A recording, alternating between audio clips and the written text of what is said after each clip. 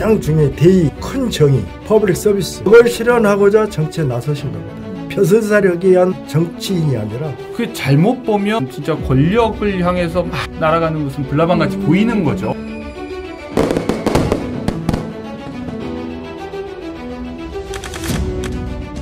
처음 만났을 때 기억하세요?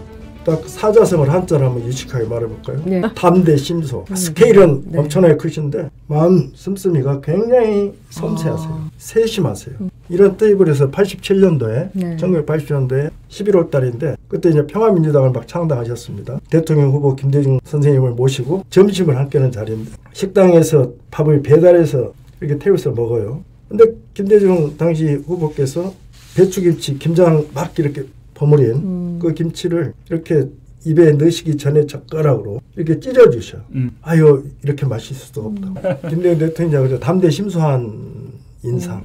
김대중 대통령 하면 떠오르는 장면은 우시는 장면들이에요. 그러니까 이제 말년에도 많이 우시는 장면들이 미디어를 통해서 보도가 됐지만 젊으셨을 때도 이렇게 많이 우셨던 것 같아요. 그건 굉장히 여린 마음을 가지고 계신 거고, 그리고 세간에 이제 그 아주 나쁘게 묘사하는 사람들의 오해와 달리 네. 굉장히 여성적이고 섬세하고 그런 공감할 줄 아시는 분, 그런 느낌이 듭니다. 그러니까 그것을 지금 담대심소라고 표현하신 것이 아닌가.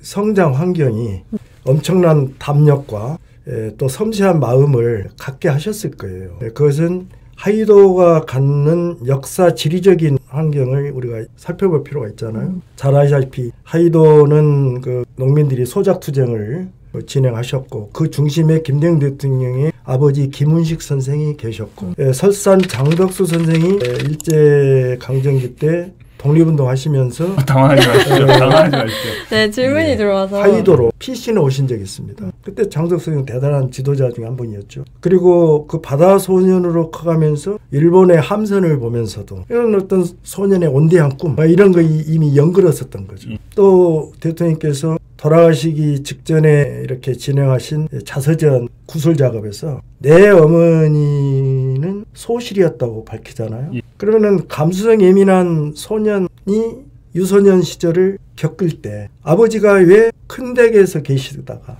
또 우리 후광리로 오시고 대리로 가셨다. 왜 이럴까?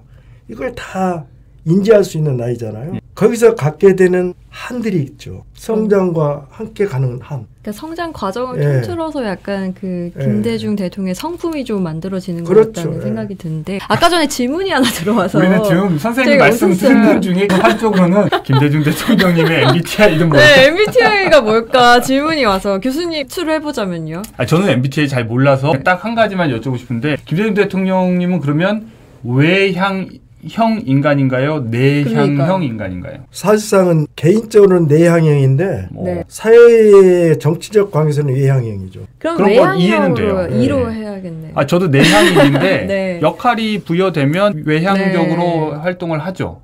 그래서 남들이 가끔 오해하곤 합니다. 그리고 그러면 감성적인 편이라고 생각을 하면 되겠네요. 그런데 우리 뭐 2000년 전에 뭐 아리스토텔레스가 그랬잖아요. 로고스와 파토스와 에토스 세 가지를 딱 이야기를 했잖아요. 근데 그걸 다 갖춘 분이 김대중이죠. 로고스, 논리적인 열정, 파토스, 그 다음에 공감, 공유하는 에토스. 이걸 두루 갖춘 지도자가 김대중이죠. 딱 그렇게 정리를 해도 될 것 같은데요. 이렇게 되니까 갑자기 이게 위인전 같은 느낌이 드는데 이게 아니, 위인이죠. 공감하지 않을 수 없습니다. MBTI 제가 나중에 유추해 올게요. 아니, 아나운서님은 MBTI가 어떻게 되시나요? 저는 INFP예요. 그래서 아까 공감하는 게 저는 내향적인데 굉장히 외향적일 때가 있거든요. 그래서 그럴 것 같아요. 네. 이 역할 어떻게 그렇게 맡을 수밖에 없으니까. 담당 PD가 보기엔 ENFJ라고 김대중 대통령님이요. 저를 봐도 뭔 말인지 모르겠어요. ENFJ가 뭐냐면 외향적이고 N을 제가 잘 모르겠네요. 넘어가면 F는 감성적인 면모, 그다음에 J는 계획적인. 주도 면밀한 계획적인 스타일이신가요? 좀 계획을 세워서 차근차근 해나가는. 그래요? 정확해요. 정확하다고 하네요. ENFJ로 유추를 해봅니다. 김대중 대통령이 이 정치를 하시게 된 것은 가장 중요한 대의, 큰 정의, 퍼블릭 서비스 그걸 실현하고자 멀리 바라보고 그걸 실현하고자 정치에 나서신 겁니다. 벼슬사력에 의한 정치인이 아니라 그야말로 여러 모든 면에서 고통받고 있는 당대에 그 인민들의 국민들의 참상을 경세 재민의 차원에서 대의를 실현하기 위해서 민주주의 국가가 되어야만이 이런 참상을 우리가 겪지 않을 수 있겠구나. 그래서 민주주의의 실천자로서 그런 대의를 실현하고자 김대중 대통령은 정치에 입문하신 거죠. 그러니까 이게 이제 때로는 김대중 대통령을 권력의 화신으로 오해받게 만드는 지점인 것 같은데 어떤 사람이 정말로 공적으로 헌신하겠다고 결심하고 진력을 다하면 그 잘못 보면 진짜 권력을 향해서 막 날아가는 무슨 불나방같이 보이는 거죠. 그래서 좀 오해받는 측면이 있었던 것 같고 그다음에 지금 이제 아나운서님이 계속 강조하시고 싶어 하셨던 부분이 네. 바로 제가 보기엔 이제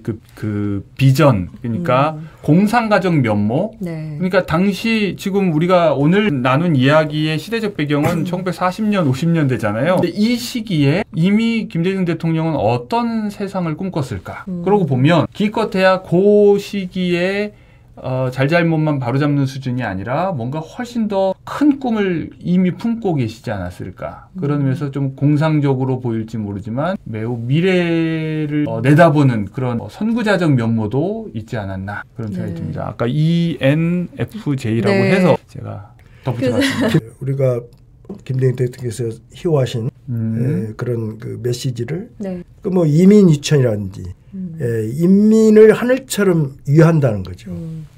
경천 애인이라든지 하늘이라는 것은 대의적 도리를 말하는 거죠. 그런 큰 대의를 섬기고 인민을 국민을 사랑한다. 인간을 사랑한다. 인류를 사랑한다. 그 다음에 사인여천 사람을 하늘과 같이 섬긴다. 이건 섬기사자죠. 이 사자는. 여기에 한결같은 것이 김대중 대통령께서 그 서당에서 학습한 것으로도 연결이 쭉 될 겁니다. 그때 이미 김대중 대통령이 굉장한 어떤 인문학적 특히 우리 동양 문화, 동양 사상 거기 학습이 잘 된 분이에요. 그렇기 때문에 대통령이 청년 시절에 쓰신 글이 1955년 사상계 10월호부터 쭉 발표가 되거든요. 그때 이제 첫 글이 한국노동운동 진로인데 그때 쓰신 그 단어, 용어, 어휘를 보면요. 굉장히 사회과학적, 인문과학적인 제반 학습이 잘 어우러져 있습니다.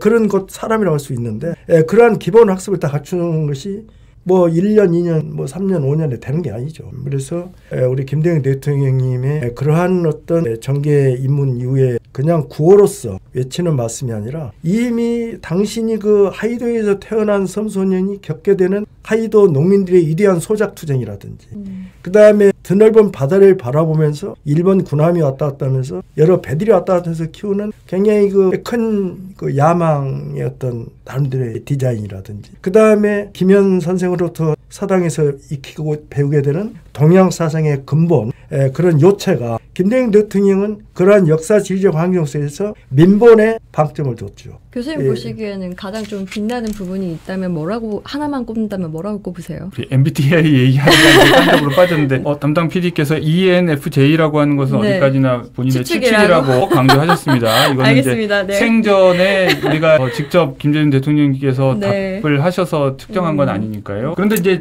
그 정지배 선생님 말씀 들으면서 떠오르는 것은 이게 동서고금 또는 여러 가지를 아우르는 지식을 가지고 계셨다는 것은 뭐 모두가 다 아는 사실인데 그것이 이제 어디에서 비롯했을까? 물론 이제 어렸을 때 뭐 섬에서 서당에서 이제 한학을 배우신 것도 있고, 그러니까 고전 학문도 어느 정도 배우시고 또 현대 학문도 배우시고 동양에도 능통하시면서 동시에 서양에 대해서도 굉장히 박식하셨고, 그건 결국 이제 평생 책을 놓지 않고 사셨다는 건데 어느 정도 책을 보유하고 계셨는지 혹시 카운트 해본 적이 있을까요, 누가? 아니요, 대통령 본인이 말씀하셨죠. 10,000권이 넘는 책을 소장했는데 그걸 다 읽으셨죠.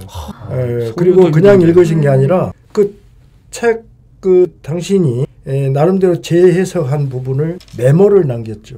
책마다에. 예. 제가 대통령님 서거 3주기 기념으로 김대중 대통령 애독서전을 전시를 한번 연 적이 있습니다. 예. 한 권만 알려주신다면 어떤 게 있을까요? 아니, 김대중 대통령께서 해안을 갖게 되신 계기가 소인비의 역사의 연구죠.